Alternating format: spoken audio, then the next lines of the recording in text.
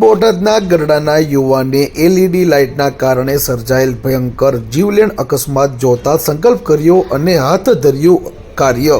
બોટાદના ગરડાના વતની અલ્પેશભાઈ કનોડિયા પોતે 34 વર્ષના છે અને ધોરણ 10 સુધી અભ્યાસ કર્યો છે અને અનેક સેવાકીય પ્રવૃત્તિ સાથે સંકળાયેલા છે। કોઈ પરિવાર એલઈડી લાઇટને કારણે અકસ્માતમાં પોતાના સ્વજન ન ગુમાવે તે તેનો મુખ્ય ઉદ્દેશથી આ કાર્ય શરૂ કર્યું છે। ગરડાના યુવકે હાઈ બીમ એલઈડી લાઇટ હટાવવામાં આવે અને આંખને અકસ્માત ન થાય જેની માટે યુવક દ્વારા આ કાર્ય શરૂ કરવામાં આવ્યું છે। ગરડા અલ્પેશભાઈ કનોડિયાએ 2 વ્હીલ 4 વ્હીલ અને મોટા વાહનોમાંથી એલઈડી લાઇટ હટાવવા માટેનું કાર્ય શરૂ કર્યું છે, જેને લઈ સત્તાધીશોને લેખિત તેમજ મૌખિક રજૂઆતો કરવામાં આવી છે। અલ્પેશભાઈએ જણાવ્યું કે તે પોતે વર્ષોથી ડ્રાઇવિંગ સાથે જોડાયેલા છે। તેઓ રાત્રિના સમયે સુરતની બાજુમાં જતા જ્યાં એકાએક કોઈનો અકસ્માત સર્જાયો હોય જેમાં જેને સત્તાવાર રીતે તપાસ કરતા જેમાં એલઈડી લાઇટના કારણે આ અકસ્માત સર્જાયો જેમાં લોકોના મૃત્યુ થતા હોય જે જોતા જ સંકલ્પ કર્યો અને શરૂ કરી દીધો અનોખો કાર્ય, જેમાં 10 થી 15 યુવાનો આ કાર્યમાં જોડાયેલા છે। જ્યાં સુધી એલઈડી લાઇટ વાહનોમાંથી હટાવી નહીં દેવામાં આવે તેમજ પ્રતિબંધ નહીં લાદે કાયદો ન બને ત્યાં સુધી આ પોતાનું કાર્ય શરૂ રાખશે તેમ અલ્પેશભાઈએ જણાવ્યું હતું। મારું નામ છે કંડોળિયા અલ્પેશભાઈ હરેશભાઈ। હું ગઢડાના ખોડિયારનગરનો રહેવાસી છું અને બોટાદ જિલ્લો છે। મારી ઉંમર આજે 34 વર્ષ છે અને મારો અભ્યાસ 10 ધોરણ સુધી છે। એની વિગત એવી છે કે મેં અંદાજિત લગભગ 4-5 વર્ષ ડ્રાઈવરની નોકરી કરી છે અને મારી પોતાની પણ બોલેરો ગાડી હતી 2016ની સાલમાં અને મારી પાસે હેવી બેઝ લાઇસન્સ છે અને હું પોતે ડ્રાઈવર છું અને હું અંદાજિત ઓછામાં ઓછા 4 જેવા રાજ્યમાં હું ગાડી લઈને ફરેલો છું। તો હમણાંથી છેલ્લા 1 વર્ષથી મને એવું લાગે છે કે આપણે જે આ સફેદ એલઈડી જે લાઇટ છે, વ્હાઇટ એલઈડી લાઇટ આપણે જે બધા વાહનોમાં લગાવવામાં આવે છે તે ખૂબ જોખમકારક હોય એવું મને લાગે છે અત્યારે હાલ। તો એને મેં નાબૂદ કરવા માટેનું કે એવો કોઈ ઉપરથી સેન્ટ્રલમાંથી કાયદો બને કે આ એલઈડી લાઇટ ઉપર સંપૂર્ણપણે પ્રતિબંધ મૂકવામાં આવે જે એકદમ માનવ જાતિને હિતમાં છે, જેથી કરીને એક્સિડન્ટો રોડ ઉપર ઓછા થાય।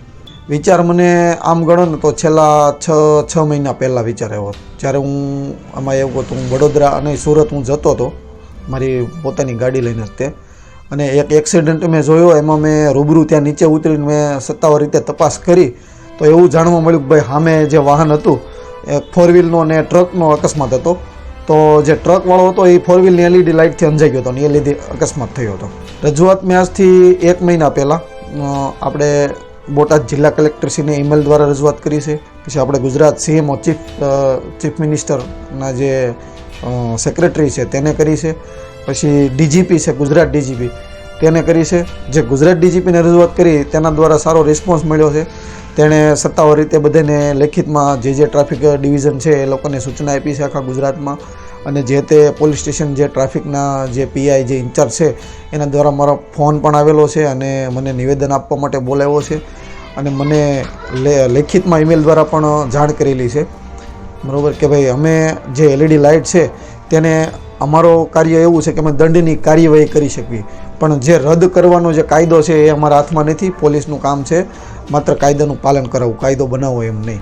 તો મારી એવી માંગ છે કે આ જે એલઈડી લાઇટ છે એ સંપૂર્ણપણે નાબૂદ કરવામાં આવે આખા ભારતની અંદર। આ તો આપણે ગુજરાતની જ વાત કરું પણ મારું એવું માનવું છે કે આખા ભારતમાં રદ કરવામાં આવે આ અભિયાન જ્યાં સુધી આ કાયદો બને નહીં એલઈડી લાઇટ રદ કરવાનો ત્યાં સુધી। અને એક બીજું વિશેષ હું કહેવા માંગીશ કે હમણાં જ આપણે સાળંગપુર આપણા જિલ્લામાં જે પ્રખ્યાત જે યાત્રાધામ આવેલું છે ત્યાં ઉત્સવ હમણાં દિવાળી ઉપર આપણે જે હતો 10 દિવસનો તેમાં આપણે ગઢડા તાલુકાના બોટાદ જિલ્લાનું ગઢડા તાલુકા આપણું છે ત્યાંના જ 2 યુવાનો જે હતા જે ચાલીને પદયાત્રા કરીને જે આપણે બોટાદથી સાળંગપુર રોડ ઉપર જતા એને એક 4 વ્હીલ જે હતું એને પાછળથી એને કચડી નાખ્યા।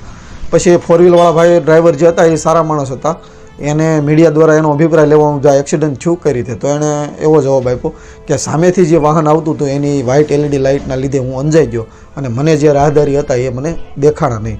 તો આવા ગંભીર બનાવો બને છે। આવી રીતે દિવસે ને દિવસે દરેક રાત્રિએ કે દિવસે આવા એક્સિડન્ટ થતા રહે છે આ એલઈડી લાઇટના લીધે, અને કેટલા લોકોએ આમાં જીવ ગુમાવ્યા છે અને હજી પણ ગુમાવશે.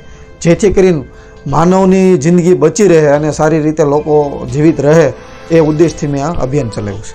આ અભિયાનમાં અત્યારે મારી સાથે મારી જેમ વકીલોની ટીમ છે, સોશિયલ એક્ટિવિસ્ટો છે એની ટીમ છે, અમે બધા 10 થી 15 જણા જે છીએ આખા ગુજરાતમાંથી, કચ્છમાંથી છે, સુરતથી છે, વિવિધ જગ્યાએથી બધાએ આ રીતે ઈમેલ દ્વારા અત્યારે રજૂઆત કરેલી છે.